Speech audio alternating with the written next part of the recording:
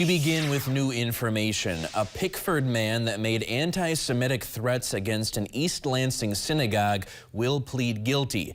19-year-old Seann Pietila is charged with 2 counts of transmitting threatening communications in interstate commerce and 1 count of threat to kill or injure by fire. Pietila will plead guilty to 1 count of transmitting a threatening communication. The other 2 charges will be dismissed. He could face 5 years in prison. In June, Pietila sent a message over Instagram planning to attack an East Lansing synagogue. A plea hearing is scheduled for November 13th.